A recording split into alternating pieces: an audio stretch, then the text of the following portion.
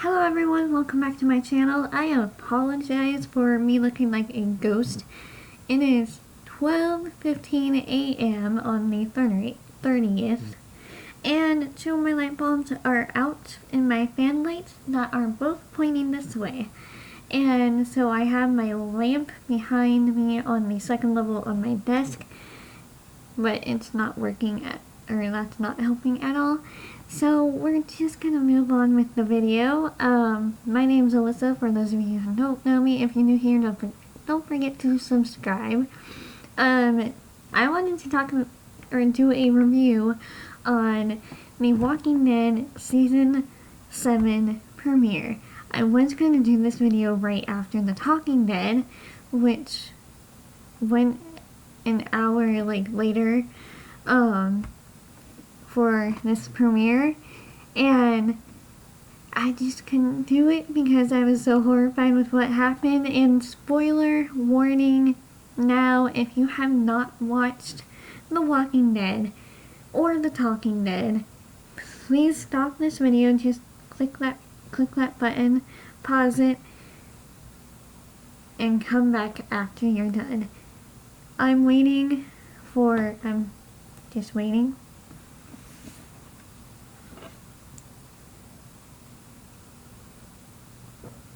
Still waiting for you guys to click out of this video. If you're still in this video, I'll be here for a couple more minutes and wait for you to pause it because I don't know why you clicked on it. I'll be putting spoiler review in the title just so you know if you haven't watched it. Wow, I really look like a ghost. I shouldn't film right now, but I want to because I'm bored and I'm not tired, or not, well, I am, but yeah. Alright, click that. Bye non-spoilery people. Bye-bye. Okay, for those of you who are still still watching this video, thank you for one. And if you're new here, don't forget to subscribe. And holy crap, that premiere, I almost get finale and premiere mixed up every single time. But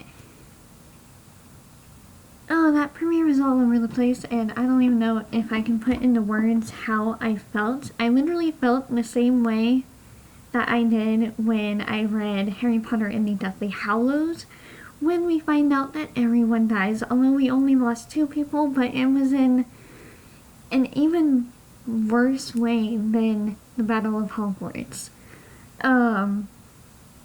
So to start off, we have Rick talking to Negan, or Negan talking to Rick, right after, it doesn't even show, or they don't even show who, they killed right off the bat. Oh, that, I shouldn't have said that. They didn't even show who he killed right off the bat. They ended up skipping to the aftermath, and we hear people whimpering and crying in the background, but all we see is Negan talking to Rick. And the entire premiere, Negan is trying to get Rick to understand who is in charge of everything. And that just broke my heart, because seeing Rick like that was terrifying, because everyone was powerless. And the way that they cut the show in the end and put it together in that way, I loved the way that they did that, but then I hated it too because they didn't show us who died until they went back, or did the whole flashback thing, during the time that Negan takes Rick in the van and to the bridge that they came to, and he ends up just having, I don't even know. It's even hard to talk about, which is why I didn't filmed this right, like, after I watched the show because I was a mess. I'm so grateful for The Talking Dead. Maybe this video won't be as long as I expected, but, again, I'm gonna say if you haven't watched the show, please go watch this and then come back, and we'll talk about it.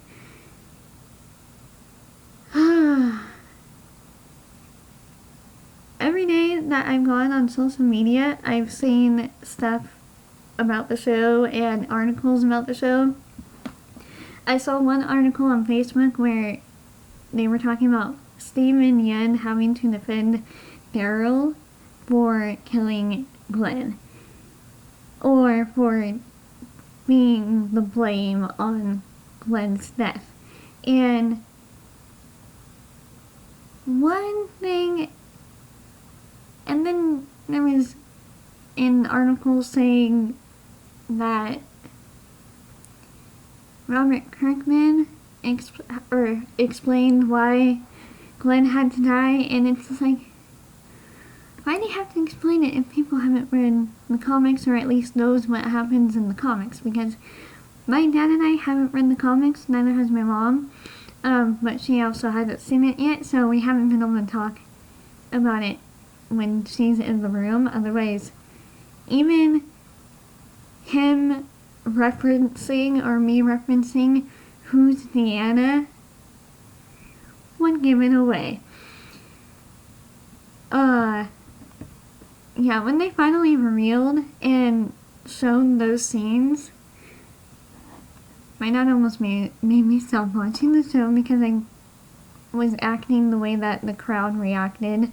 If he didn't see The Talking Dead, they showed the crowd reaction, and I was like, huh, that's funny, and my dad's like, that was you during the show. So yeah, I felt like it should have ended, even though it's not ending, because they signed on for season 8. I have no idea. I have no words. I wanted to talk about this episode, and I wanted to do like reviews on every single one. So I thought it was amazing. I thought the cliffhanger was probably the best cliffhanger that I have ever seen personally. And I thought the introduction of Negan, like most of the cast has said, was the best introduction to a character in any book or TV show. And I hope I can write one as good as that someday. And also, that was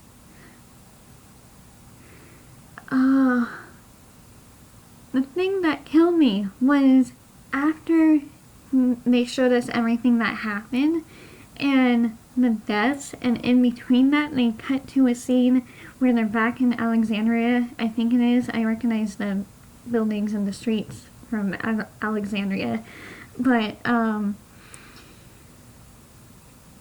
showing all of them sitting together like a family, and then them having Maggie and Glenn at the end of the table, with Glenn holding his son, who isn't even born, and who, I don't know, may not be born for some reason, with Abraham sitting next to them, was, oh my gosh, that was like a slap to the face. Like, we're not ever gonna get that kind of thing. I don't know. I don't even know where to begin on that point. Probably right there. Yes, right there in the corner of the screen. I don't know why I'm doing that. Yeah, so we had that. Oh, and then towards the end of the show, when Negan brought Nick's from the Fear the Walking Dead. When Negan brought Rick back to the group and had him, or forced him down, and it was daylight, or it was morning, the start of a new and horrifying day for all of them and for all of us. He brought Carl, or he was like, hey Carl, or Ken, come here, and had Carl come over, and he put like a belt, I think it was, around his left arm. I think it was his left arm. And then had him lay on the ground, and Carl did that willingly, almost, and he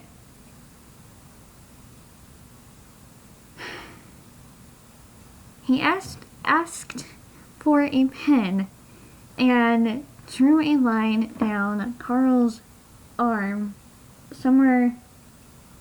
I don't know, I don't even want to think about that, but he drew a line on his arm and told Rick to chop it off, clean slice like a salami. And if he didn't, he would smash Carl's head too right in front of him. That is what threw me off. I'm sorry. I love Carl, and I've kind of grown up with him throughout high school, or like sometime in junior high and high school, whenever the show started. I'm only a few years older than him, so I've grown up with him, and Glenn, and Abraham, but I feel closer to Carl and Glenn, just because I see more of myself in them. And if we lost Carl as well, I know most people wouldn't care. I feel like that would have just ruined Rick, and there wouldn't be anything to fix that. And there's nothing to fix what they went through that night. This video is just me ranting on about The Walking Dead. And hello to anyone still watching. Yeah, I just wanted to talk about this because I have no one else to talk to about it. Only my dad who watched it. Excuse me. But I don't know. It was a very hard, heart-ripping, throat-cutting episode. And that's where I'm grateful for The Talking Dead coming in. And actually, on The Talking Dead, they had, hang on. My dad actually said that, so if you guys watch The Talking Dead as well, hosted by Chris Hardwick, who is a comedian and also the host of, At Midnight, another show that I love, but don't watch as often. What's funny is when they were bringing the whole cast out, they ended up having Abraham and Glenn sitting, or Michael Cutlitz, I'm terrible with last names, and Stephen Yen sitting next to each other, and they had Jeffrey Dean Morgan sitting on the far end, and they were worrying that he was going to get booed and hated for everything that he did during that episode. I thought he was freaking amazing. See, I watched the show in two ways. If you're a writer, you may understand. I watched the show in two different ways. I have like the fan part of me and then the writer part of me. So I have the whole fan freaking out, crying hysterically reaction to the show.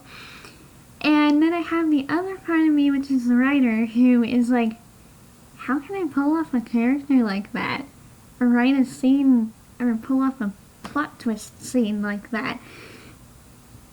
Yeah, so I watched the show in two different ways, not four, two different ways. Which sometimes I hate because I just want to fully hate Negan,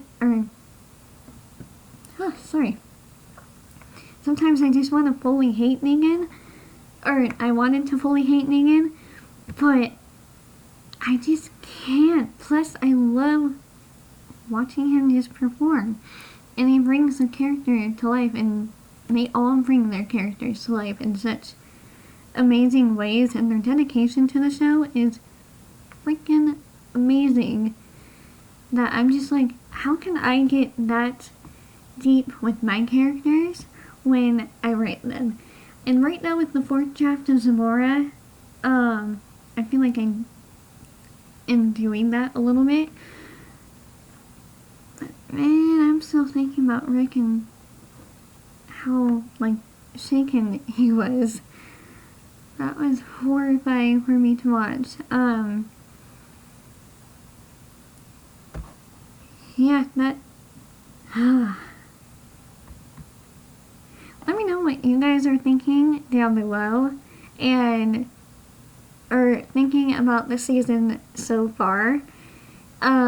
We've only had one episode. Scott Gimple said that this week's episode is going to be funny, and he was like, yeah, after what you just saw, this episode is going to be funny.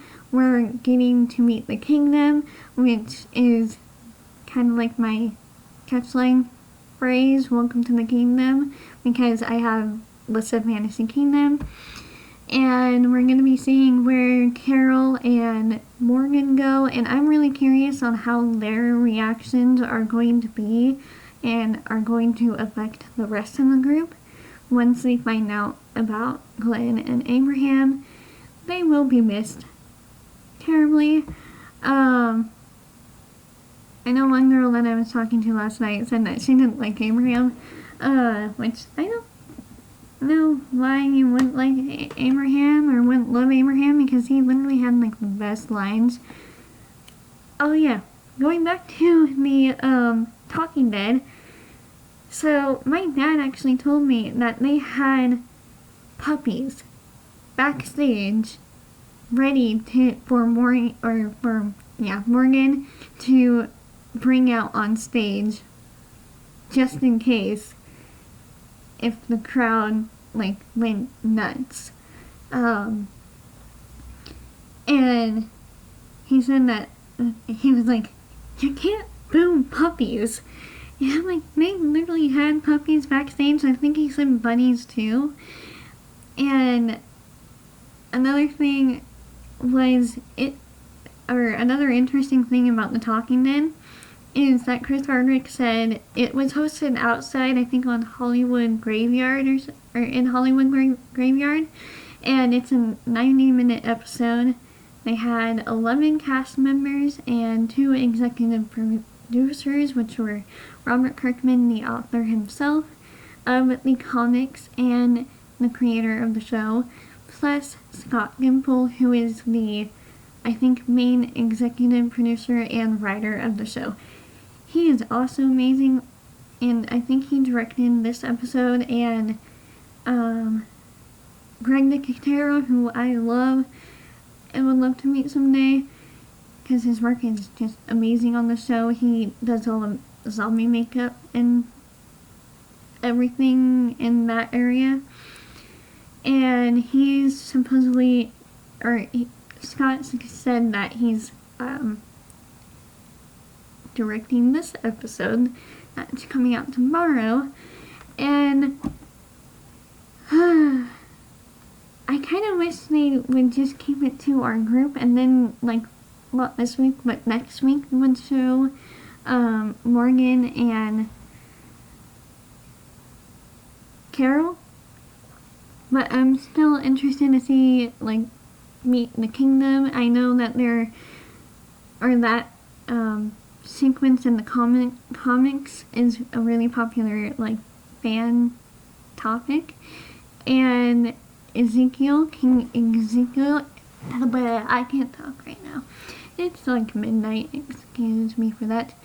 And there's also going to be a tiger, and I think my dad said it could be a combination of a real tiger mixed with CGI, so that should be super interesting.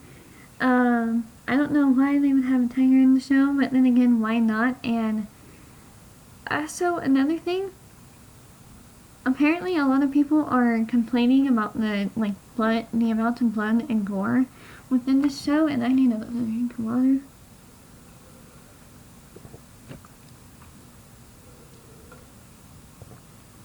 So they're complaining about the amount of blood and gore in this show. And I'm reading through all the comments on the posts on Facebook, or on every post of The Walking Dead that I see on Facebook. And I'm like, I saw one comment where they were replying to another one, and they were going, okay, the blood and gore is the trademark of the show. It is a horror show. And I think they were having, like, their kids, the person they were replying to, watching. This is not a children's show.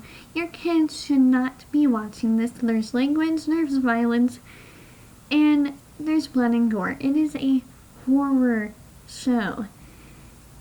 Therefore, you probably shouldn't let your kids watch it, because it will most likely give them nightmares.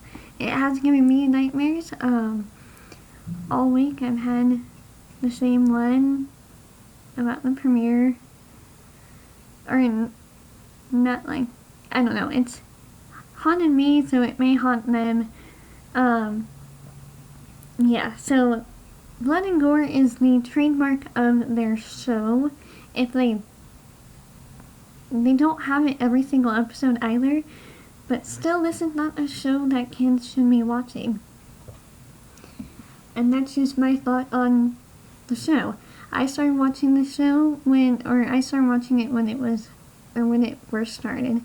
When I was like 13 or 14. And it's like a PG-13 rated R show, so, and if it is rated R, I'll double check on that. You shouldn't be watching it anyways. If you're under 18, I think, and I'm 20 now. But yeah, I think that's all I have to say on the show. I'm excited to see it move on, but then I'm scared to see it move on because it feels like it already should have been over this week. Like on Monday, I just felt completely crappy because we lost 2 family members, and like Chris Hardwick says, the Walking Dead community of fans and the show are family members. We connect through the show, which I think is a really cool way, because if you hear someone talking about The Walking Dead and you ask them about it, you can join in the conversation. I actually had that happen to me in my senior year of high school, which was a couple years ago, and it was with 2 junior guys in my piano class. I heard them talking a couple seats away, and I asked them if they watched the show, and we just started going back and forth and talking about it. I think that was during season 6? No, that might have been season 5. I think it was season 5.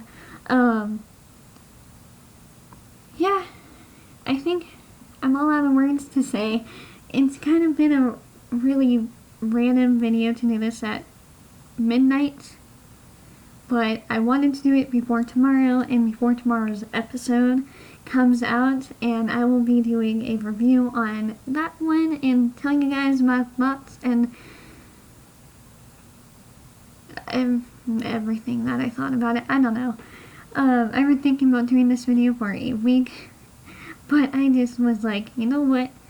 I'm not ready to talk about that show yet, but after seeing multiple comments on multiple posts on Facebook, I'm like, you know what? And on Instagram, I'm like, you know what? I'm just going to do this video, because I want to share my thoughts with you guys on the show throughout the season. So that's what I'm going to do, and I'm just going to call it Let's Talk, and then I'll have pretty much a new series called Let's Talk, and it will be about any TV show. I'll have I'll put this in a playlist for you guys so it can be easy to find on my channel. And don't forget about my second channel, which is a booktube channel, and that is Alyssa S. Casey, or S. Casey, and that is my booktube channel / writing channel, mainly booktube channel right now. I little dancing. Yeah, I am excited for this season of The Walking Dead. I'm happy that it's finally on, and our answers, or that we got answers to our questions on some stuff, even though it was terrible. I hope you guys keep watching the show and keep up with it because it's really good. Also, if you're not watching The Talking Dead, you guys should watch that too because it's like a healing process after the show, or psychic doctor, I don't know what he calls himself. Plus Chris Hardwick is just amazing, and not sponsored, but yeah, that's my video for today. Thank you for watching, and don't forget to like if you like what you saw, and subscribe for more videos because more will be coming, and I'll see you in another video soon. Bye guys.